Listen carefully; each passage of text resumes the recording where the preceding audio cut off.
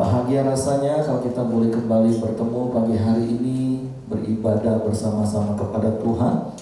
Nah, hari ini kita mau belajar kebenaran firman Tuhan. Sebagaimana tema kita bulan ini, kembali kepada pola gereja mula-mula. Ya, saya percaya sesungguhnya ini adalah hal yang memang harus dilakukan. Mungkin PowerPoint saya boleh disiapkan. Kita mau belajar hari ini tentang cara hidup jemaat. Nah, harusnya orang Kristen, orang percaya itu hidupnya seperti apa sih? Dan saya percaya ketika kita melakukan hal ini, maka akan ada banyak hal yang terjadi. Bukan saja dalam hidup kita, tetapi juga bagi lingkungan kita dan bagi kota kita. Amin. Nah, kalau kita baca dulu di dalam Kisah Para Rasul pasalnya yang kedua, mulai ayat yang ke-43, saya bacakan demikian firman Tuhan. Maka ketakutanlah mereka semua, sedang rasul-rasul itu mengadakan banyak mujizat dan tanda, dan semua orang yang telah menjadi percaya tetap bersatu, dan segala kepunyaan mereka adalah kepunyaan bersama. Dan selalu ada dari mereka yang menjual harta miliknya, lalu membagi-bagikannya kepada semua orang sesuai dengan keperluan masing-masing. Dengan bertekun dan dengan sehati mereka berkumpul tiap-tiap hari dalam bait Allah. Mereka memecahkan roti di rumah masing-masing secara bergilir dan makan bersama-sama dengan gembira dan dengan tulus hati, sambil memuji Allah. Dan mereka disukai semua orang, dan tiap-tiap hari Tuhan menambah jumlah mereka dengan orang-orang yang diselamatkan. Nah, ayat-ayat yang baru saja saya baca itu adalah dampak atau akibat kalau orang percaya cara hidupnya sesuai dengan apa yang firman Tuhan katakan. Dan itu khususnya di ayat yang ke-42. Makanya di ayat yang ke-43 tadi dikatakan, maka kata pertama dari ayat 43 katakan apa? Maka. Nah, kata maka itu kan kata penghubung yang menjelaskan akibat dari apa yang dilakukan sebelumnya. Nah, kalau kita baca di dalam Kisah Para Rasul pasalnya yang ke-11 ayat yang ke-26, Kisah Para Rasul pasal 11 ayat yang ke-26, saya baca demikian, mereka tinggal bersama-sama dengan jemaat itu 1 tahun lamanya, sambil mengajar banyak orang. Di Antiokhia lah murid-murid itu untuk pertama kalinya disebut Kristen. Nah, jadi ketika cara hidup jemaat mula-mula ini terus berkembang dan berdampak dan itu meluas kemana-mana, maka di firman Tuhan ini katakan, maka di Antiokhia, artinya yang pertama kali menyebut murid-murid itu Kristen, bukan murid-murid itu sendiri ngomong gini, aku nih orang Kristen. Enggak seperti itu Bapak Ibu. Tapi orang-orang di Antiokhia, orang-orang yang melihat cara hidup murid-murid, orang-orang di Antiokhia yang tidak mengenal Allah, tetapi mereka melihat cara hidup jemaat, maka mereka mengatakan, nah Kristen. Nah, Bapak Ibu masih ingat apa arti Kristen? Pengikut Kristus. Jadi karena orang-orang di Antiokhia melihat bahwa orang-orang percaya waktu itu mereka mengikuti cara hidup Kristus, maka mereka menyebut murid-murid Kristen. Nah, makanya hari ini Bapak Ibu, kita mau kembali belajar supaya apa yang kita lakukan di dalam hidup kekristenan kita, supaya orang lain melihat kita sebagai Kristen, yaitu pengikut Kristus. Artinya kita mengikuti apa yang Yesus lakukan. Jadi maksud saya, kita bukan cuma sekedar beragama Kristen. Ada begitu banyak orang yang beragama Kristen, tapi cara hidupnya sama sekali tidak menunjukkan Kristus ada dalam hidupnya. Tapi hari-hari ini melalui situasi pandemi, kita diingatkan lagi, ayo kita kembali kepada pola gereja mula-mula yang seharusnya memang sejak kita menjadi orang percaya, kita mempunyai cara hidup seperti apa yang firman Tuhan katakan. Nah, apa sih cara hidup jemaat Tuhan? Nah, kita baca di dalam Kisah Para Rasul pasal 2 ayat yang ke-42. Nah, ini cara hidup jemaat. Ini cara hidup yang harusnya kita jalani sebagai orang percaya hari-hari ini. Yang setuju katakan amin. Nah, mari kita baca ayat ini bersama-sama. Saya klik dulu. Mari kita baca sama-sama 1, 2, 3. Mereka bertekun dalam pengajaran rasul-rasul dan dalam persekutuan, dan mereka selalu berkumpul untuk memecahkan roti dan berdoa. Jadi ini yang dilakukan oleh jemaat mula-mula, dan ini yang juga harus dilakukan oleh orang percaya. Ini yang harus kita lakukan hari-hari ini, amin. Banyak gak yang harus dilakukan Bapak Ibu? Nggak banyak. Cuma yang pertama mereka apa? Bertekun dalam pengajaran rasul-rasul, terus mereka bertekun di dalam persekutuan, terus mereka selalu apa? Berkumpul untuk memecahkan roti dan berdoa. Ngomong kanan kiri, cuma itu. Inilah cara hidup orang percaya. Inilah harusnya yang kita lakukan. Nah, sepanjang bulan ini kita akan belajar. Mungkin khotbah saya harus bagi 2. Nanti di minggu terakhir saya akan sambung khotbah ini. Tetapi kita mau belajar hari-hari ini memang seperti apa sih seharusnya kita hidup. Dan kita mau benar-benar praktekin supaya apa? Supaya apa yang dicatat firman Tuhan di ayat yang ke-43 sampai ayat yang ke-47 itu benar-benar terjadi dalam hidup kita, benar-benar terjadi di dalam lingkungan kita, benar-benar terjadi di kota kita. Di dalam hidup kita mengalami mujizat Tuhan, orang-orang melihat karya dan kuasa Tuhan nyata dalam hidup kita, dan mereka melihat kasih Tuhan nyata kita praktekkan, dan mereka datang kepada Tuhan. Yang setuju mereka katakan amin. Nah, itu yang harus kita lakukan. Makanya hari-hari ini saya sedang dan suka nyanyi lagu Hidupku menggenapi firman-Mu, tanda mujizat sertai tiap langkahku, Kau bersamaku di dalamku, jadi bukti kebesaran-Mu. Saya percaya ketika kita melakukan hal ini, maka kita akan menjadi orang-orang yang mengalami mujizat Tuhan. Kami bersyukur di tengah situasi kondisi pandemi, ketika orang banyak ketakutan, ketika orang banyak mengeluh dan mengalami banyak hal kesusahan, kami tetap bisa menikmati hidup. Kami bisa enjoy, kami masih bisa berpergian, kami masih bisa makan, bahkan kami bisa mempunyai pengelolaan keuangan yang lebih baik sehingga kami bisa nabung lebih banyak lagi. Karena ternyata hidup dan gaya hidup itu 2 hal yang berbeda. Hidup itu murah, gaya hidup yang mahal. Kalau sebelum pandemi kan sedikit-sedikit kita makan keluar, sebentar ke mall, nanti pengen beli ini itu. Ternyata selama pandemi nggak ke mall juga nggak apa-apa, masih bisa hidup. Nggak harus beli baju, beli sepatu. Kan kalau ke mall sebentar-sebentar, ya akhirnya nggak pengen dibeli, akhirnya jadi dibeli. Nggak salah sih, nggak salah. Tapi maksud saya, ketika orang ngomong semua susah, kami enggak kok. Kami tetap bisa nikmati hidup. Kami masih boleh bersukacita sampai hari ini. Nah, kenapa? Ketika kita melakukan apa yang harusnya dilakukan sebagai orang percaya, maka kita akan mengalami kuasa Tuhan. Yang percaya katakan amin. Nah, jadi kita mau belajar bersama-sama satu persatu apa sih yang harusnya kita lakukan menjadi cara hidup. Nah, bicara tentang cara hidup itu berarti itu memang yang kita lakukan dalam hidup kita sehari-hari. Nah, yang pertama di situ katakan mereka bertekun dalam pengajaran rasul-rasul. Nah, saya harus menjelaskan kata bertekun. Nah, kata bertekun itu dalam Kamus Besar Bahasa Indonesia mempunyai arti berkeras hati dan sungguh-sungguh. Jadi bertekun itu artinya kita mempunyai kemauan yang keras dan sungguh-sungguh dalam apa? Dalam pengajaran rasul-rasul. Yang kedua mempunyai makna kita berpegang teguh pada.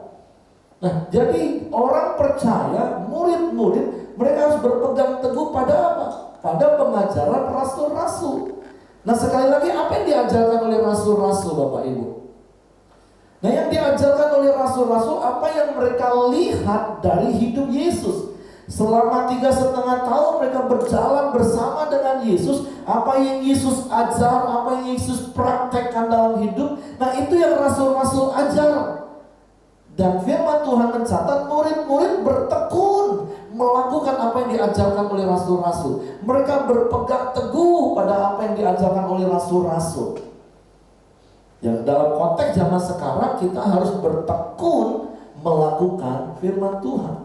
Apa yang firman Tuhan ajarkan melalui saat teduh kita setiap hari, apa yang firman Tuhan ajarkan melalui khotbah seperti ini, di dalam pertemuan-pertemuan ibadah. Nah, itu kita mau bertekun lakukan. Karena ingat Bapak Ibu, tekun itu adalah kata kerja. Ini bukan kata sifat Bapak Ibu. Bertekun itu kata kerja. Artinya sesuatu yang kita lakukan terus menerus secara konsisten, secara kontinu dalam hidup kita menjadi sebuah gaya hidup. Nah, itu yang harus kita lakukan, yaitu bertekun di dalam pengajaran rasul-rasul, atau melakukan firman Tuhan sebagai gaya hidup. Nah, hari-hari ini saya mendorong Bapak Ibu untuk kita benar-benar bertekun. Artinya melakukan firman Tuhan. Nah, berbicara tentang melakukan firman Tuhan, ada prinsip yang saya mau ajar bagi hari ini Bapak Ibu. Yang pertama, mari kita baca sama-sama. Kita akan melakukan apa yang kita percaya. Saya percaya kita akan melakukan apa yang kita percaya. Artinya kalau sesuatu itu kita percaya, maka itu akan otomatis kita lakukan. Nah, kita baca dulu, nanti baru saya jelasin maksudnya apa. Oke, yang kedua apa kata? Kita akan mempercayai apa yang kita fahami. Gak mungkin sesuatu yang kita gak paham terus kita percayai. Gak mungkin Bapak Ibu. Pasti kita akan memahami sesuatu baru kita percaya. Iya ya, betul. Nah, memang betul. Nah, itu orang yang paham. Nah, kita akan memahami apa yang kita renungkan. Karena pemahaman itu bukan tiba-tiba datang Bapak Ibu. Ya, itu ada pewahyuan, iya. Tapi tidak setiap hari harus seperti itu. Nah, kita akan merenungkan apa yang kita baca, apa yang kita dengar, apa yang kita baca. Makanya di Kisah Rasul ada satu jemaat yang dipuji, yaitu jemaat Berea. Jemaat Berea itu nanti kalau sudah selesai pertemuan ibadah, ketika selesai mendapatkan pengajaran, mereka gak lupakan pengajarannya. Tapi ketika mereka pulang ke rumah, mereka belajar lagi. Betul gak ya Pak Heri tadi ngomongnya? Oh, memang ya, coba direnungkan, difahami. Oh, betul juga ya, memang harus seperti itu kita. Nah, saya berdoa, saya berharap, saya mendorong jemaat di tempat ini juga seperti itu. Jangan nanti sudah selesai pulang ibadah, begitu ditanya, khotbahnya apa tadi? Apa ya tadi ya? Sorry. Nah, gak seperti itu Bapak Ibu. Mari kita bersyukur ada PowerPoint. Nanti saya boleh bagi PowerPoint, Bapak Ibu boleh minta. Nah, dipahami. Karena apa yang kita baca, apa yang kita dengar, terus kita renungkan, tentu dalam pimpinan Roh Kudus. Dan kemudian kita memahami hal itu sebagai sebuah kebenaran, dan kita mempercayai. Dan sekali lagi, kita pasti akan melakukan apa yang kita percayai. Makanya berkali-kali kalau saya lagi di atas mimbar, poin penting yang selalu saya sampaikan adalah baca firman. Kalau hanya dengar firman 1 minggu sekali dan pertemuan seperti ini, itu masih sangat-sangat kurang. Ya, bersyukur sekarang kita dibantu dengan multimedia. PowerPoint nanti Bapak Ibu boleh ambil, nanti boleh belajar. Tapi kalau cuma sekedar dengar, duduk, begitu pulang kebanyakan lupa. Nah, makanya saya mendorong setiap jemaat setiap hari baca firman 4M. Amin. Kenapa? Sekali lagi, karena apa yang kita baca, apa yang kita renungkan, itu akan kita fahami dan akan kita percayai. Dan kalau sesuatu sudah kita percayai, maka kita pasti akan melakukan. Nah, contoh di dalam Lukas pasalnya yang ke-24 ayat dan ke-45, ini kisah di mana Yesus mau meninggalkan murid-murid untuk naik ke surga. Nah, di dalam ayat itu dikatakan lalu ia, maksudnya Yesus membuka pikiran mereka sehingga mereka mengerti kitab suci. Murid-murid jadi faham tentang firman Tuhan. Makanya kalau Bapak Ibu nanti baca di ayat-ayat berikutnya, waktu Yesus naik ke surga, kemudian apa yang dilakukan oleh murid-murid? Firman Tuhan mencatat, katakan maka mereka kembali ke Yerusalem dengan sangat bersukacita. Nah, sesuatu yang sangat kontradiktif harusnya dengan situasi yang mereka alami. Harusnya yang namanya perpisahan itu biasanya menimbulkan apa Bapak Ibu? Kesedihan. Nah, apalagi yang meninggalkan mereka itu Yesus yang sudah jelas-jelas 3,5 tahun mengadakan mujizat bagi mereka, bagi banyak orang, terus mengajar banyak hal yang baik. Oh, rasanya mereka udah nyaman jadi murid Yesus. Saya sering ngomong sama teman-teman komsel saya, jangan terlalu nyaman. Pokoknya ada Pak Heri. Sekarang sih bagus lah, Pak Heri nggak datang pun kadang mereka tetap datang. Kalau dulu Pak Heri datang nggak datang. Nah, tapi saya berdoa berharap nggak seperti itu lagi. Karena yang penting itu adalah kehadiran Tuhan, bukan kehadiran Pak Heri. Yang paham katakan amin. Nah, ketika Yesus naik ke surga, murid-murid bersukacita karena mereka paham firman. Karena Yesus berjanji aku akan datang kembali, aku tidak akan meninggalkan kalian sendirian, aku akan memberikan seorang penolong. Nah, mereka paham janji Tuhan itu, makanya mereka bersukacita. Makanya seharusnya firman Tuhan itu diajar dari sejak kecil. Tapi ya nggak terlambat sih kalau kita mau mulai sekarang. Saya bersyukur Komsel Sukacita bulan kemarin sudah khatam Alkitab. Sebenarnya sudah hampir 2 kali lah ya. Karena pertama kita Mazmur sama Amsal 5 bulan kita baca. Terus perjanjian baru kita baca sampai Wahyu, Matius sampai Wahyu selesai. Kemudian kita mulai lagi dari Kejadian sampai Wahyu selesai. Wah, kasih sertifikat. Tapi bukan sertifikat itu tujuannya, tapi kita baca Alkitab itu yang jauh lebih penting. Amin. Saya sekarang sedang mendorong Komsel Kasih yang saya juga mentor. Ayo mulai baca Mazmur. Nah, hari ini sudah masuk Mazmur 34 kalau tidak salah.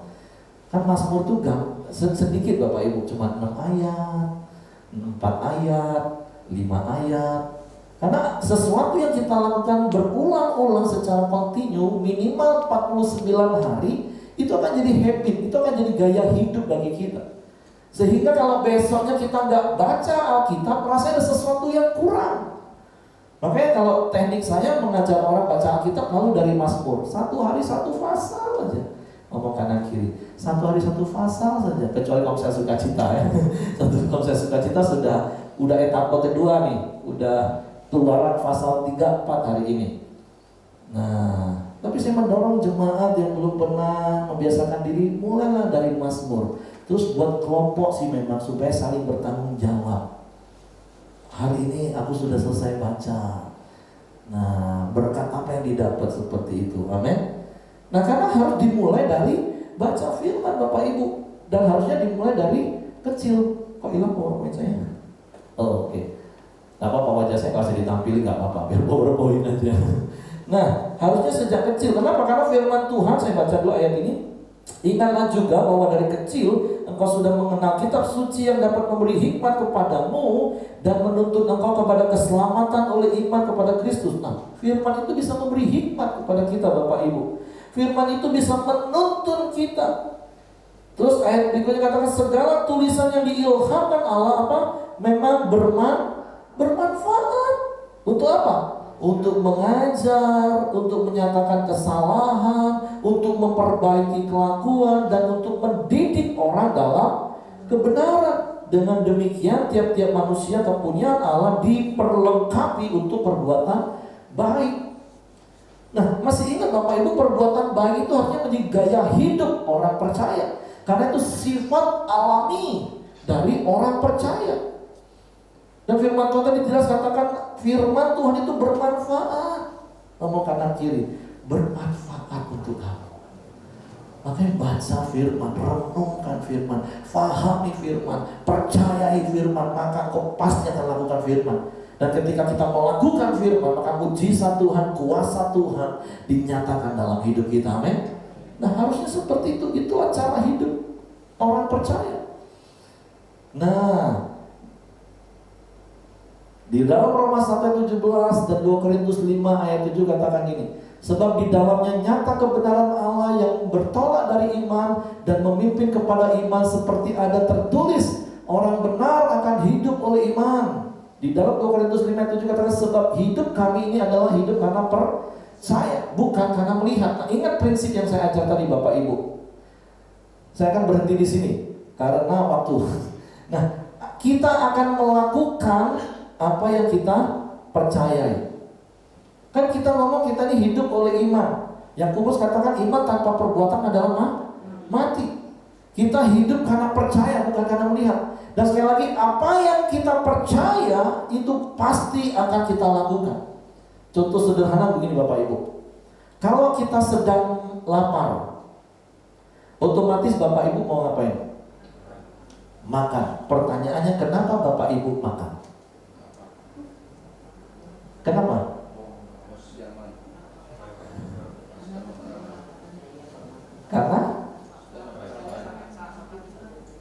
Karena Bapak Ibu percaya kalau Bapak Ibu makan pasti akan kenyang.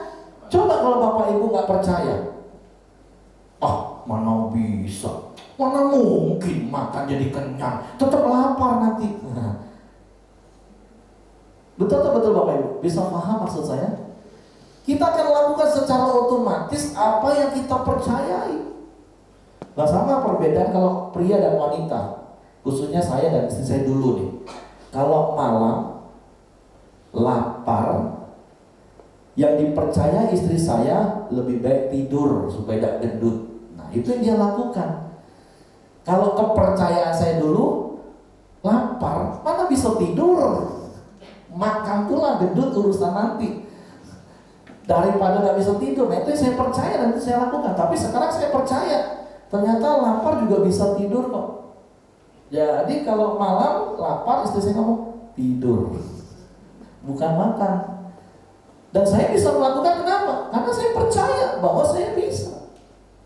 Nah, sama dengan firman Tuhan Bapak Ibu. Satu contoh saja. Mengapa kita mengampuni Bapak Ibu? Mengapa kita bisa mengampuni? Atau mengapa kita nggak mau mengampuni? Sekali lagi, karena apa yang kita percaya. Kalau kita percaya bahwa mengampuni itu adalah perintah Tuhan, kalau kita percaya waktu kita mengampuni maka hati kita akan damai, maka hati kita akan lega, maka saya percaya kita akan melakukan mengampuni. Karena kita percaya ketika kita mengampuni, kita sedang melakukan firman Tuhan. Waktu kita mengampuni, hati kita akan mempunyai damai, hati kita akan mengalami sejahtera. Otomatis, gak usah disuruh-suruh, ayo ampuni, ampuni. Berkali-kali disuruh ampuni, kalau dia gak percaya hal itu, dia juga gak akan lakukan. Ini bukan soal ngomong tapi daging Pak, bukan. Sekali lagi prinsip yang saya temukan, kita akan melakukan sesuatu yang kita percaya. Mengapa orang gak mau mengampuni Bapak Ibu? Karena ini yang dia percaya. Dia terpercaya pada tipuan iblis. Tipuan iblis ngomong apa? Kalau kau ngampuni, nanti kau direndahkan orang. Kalau kau ngampuni, kau dianggap kau yang salah. Dan banyak hal. Kalau kau ngampuni, nanti dia melunjak. Nanti kalau kau mengampuni, dia akan buat lagi. Itu yang ditawarkan oleh iblis kan? Sehingga artinya apa yang kita percaya itu yang kita lakukan. Amin. Tapi saya mendorong Bapak Ibu baca firman Tuhan, renungkan firman Tuhan, fahami firman Tuhan, percaya firman firman Tuhan dan otomatis engkau akan lakukan firman Tuhan. Jujur atau nipu contohnya. Kalau kita percaya jujur itu adalah perintah Tuhan, bahwa doa orang jujur itu didengar oleh Tuhan, Amsal katakan, dan kita paham betul aku harus jujur, maka kita akan lakukan hal itu. Tapi kalau yang kita percaya adalah tipuan iblis zaman sekarang, Pak, jujur, bocoran, mana dapat untung? Ini bukan bicara nggak boleh punya dapat untung, Bapak Ibu. Untung itu sesuatu yang normal. Tapi dunia kan juga sedang menawarkan, filsafat dunia sedang menawarkan, ajaran-ajaran sedang mengajar. Nah, sekali lagi, apa yang kita percaya? Nah, murid-murid sekali lagi, mereka bertekun pada pengajaran firman. Mereka bertekun pada pengajaran rasul. Mengapa orang marah? Mengapa orang bisa sabar? Karena dia baca firman. Orang sabar itu seperti pahlawan yang menguasai kota. Wow. Orang yang sabar. Minggu lalu Pak Hayam bilang apa khotbahnya? Kasih itu sabar. Bapak Ibu percaya nggak firman Tuhan? Kalau percaya pasti dipraktekkan. Nah, untuk percaya harus difahami. Iya ya, kalau aku tidak sabar nanti malah berantem. Tapi kan sekali lagi iblis juga terus nipu. Sabar terus. Mana mau sampai kapan kamu sabar? Sabar itu ada batasnya. Marah itu wajar. Apa yang kita percaya Bapak Ibu? Tawaran iblis atau firman Tuhan? Jadi pagi hari ini saya cuma mengajar satu prinsip. Kita pasti akan melakukan apa yang kita percaya. Dan untuk sampai kita percaya pada firman Tuhan itu dimulai dari apa? Baca firman atau dengar firman, terus direnungkan. Minta hikmat Roh Kudus dia ya. Kalau aku sabar, aku sehat, panjang umur. Coba aku tidak sabar, tensiku naik, stroke nanti aku lama-lama. Nah, lebih baik aku sabar.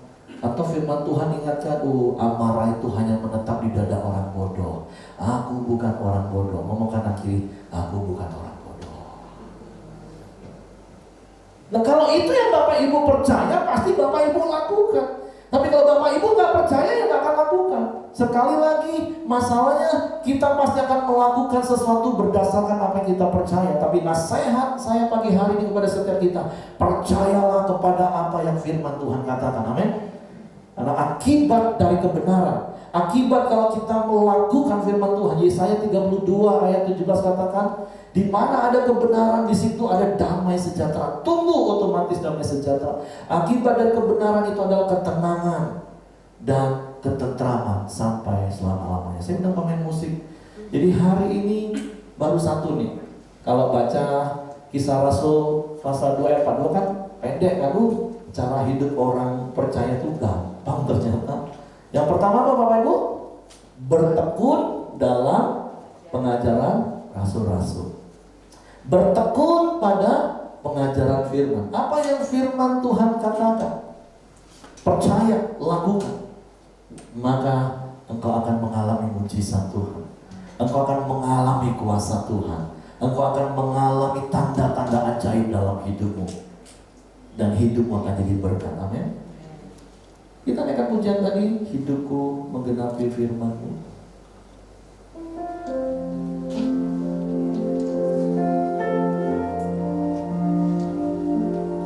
Hidupku menggenapi firman-Mu. Tanda mujizat sertai tiap langkahku. Bersamaku di dalam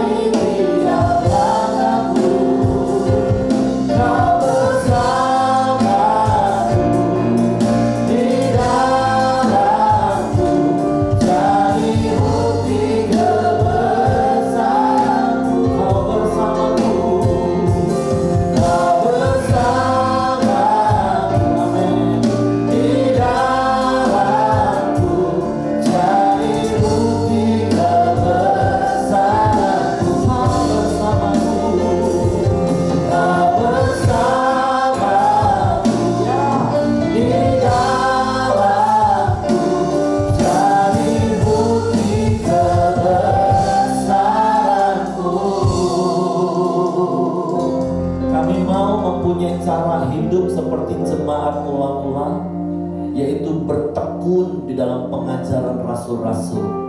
Karena rasul-rasul mengajarkan apa yang kau lakukan dalam hidupmu. Dan kami mau bertekun dan kami mau melakukan apa yang Yesus kau lakukan dalam hidupmu. Seperti Paulus berkata, aku hidup tapi bukan aku lagi, melainkan Kristus yang hidup dalam hidupku. Sehingga apa yang kami jalani hari-hari kami, apa yang kami lakukan, itu adalah apa yang kami percayai bahwa Yesus engkau juga lakukan hal itu. Dan kami percaya ketika kami melakukan firman-Mu, hati kami berdamai, hidup kami tenang, hidup kami tentram, bahkan kami mengalami kuasa Tuhan. Tuhan, kami mau mempraktekkan firman-Mu, kami mau percaya firman-Mu di dalam nama Yesus Tuhan. Haleluya, amin. Kita mau berdoa. Bapak, kami bersyukur Tuhan berfirman-Mu Tuhan pada sore hari ini ya Bapak. Dan kami percaya Tuhan, apa yang kami dengar firman-Mu Tuhan, kami mau melakukannya Bapak. Dan kami percaya Tuhan, ini menguatkan, meneguhkan, menginspirasi, menggugah hati kami, membawa iman dan percaya kami Tuhan untuk melakukan kehendak Bapa kami yang di surga. Kami percaya Tuhan, kami Tuhan mengambil tanggung jawab ya Bapa. Memang ya Tuhan, untuk melahirkan satu jiwa penuh dengan pergumulan ya Bapa, penuh dengan air mata, penuh dengan tenaga, penuh dengan Tuhan setiap Tuhan korban perasaan. Tapi kami percaya bukan kami, tetapi Engkau sudah memberikan nyawa-Mu kepada kami. Engkau sudah memberikan hidup-Mu kepada kami ya Bapa. Engkau memberikan segalanya bagi kami supaya kami diselamatkan ya Tuhan. Kami bersyukur ya Tuhan, Engkau memberikan kuasa kepada kami. Bila kiranya setiap kita yang mendengarkan firman Allah dan kita mau melakukan dan menghidupi firman itu, dan damai sejahtera Allah menyertai kita semua. Dan biarlah kiranya Tuhan yang memimpin setiap kita kemanapun Engkau pergi dan berada. Dan Tuhan akan menyertai Engkau hingga akhir zaman. Dan Tuhan memberkati pekerjaan, usahamu, dan setiap keluargamu. Tuhan melindungi, memberikan perlindungan dan kesehatan. Dan Tuhan menyertai kita. Berkat yang ucapan di dalam Bapa, Anak, dan Roh Kudus, di dalam nama Tuhan Yesus yang percaya bersama berkata, amin. Tuhan berkati.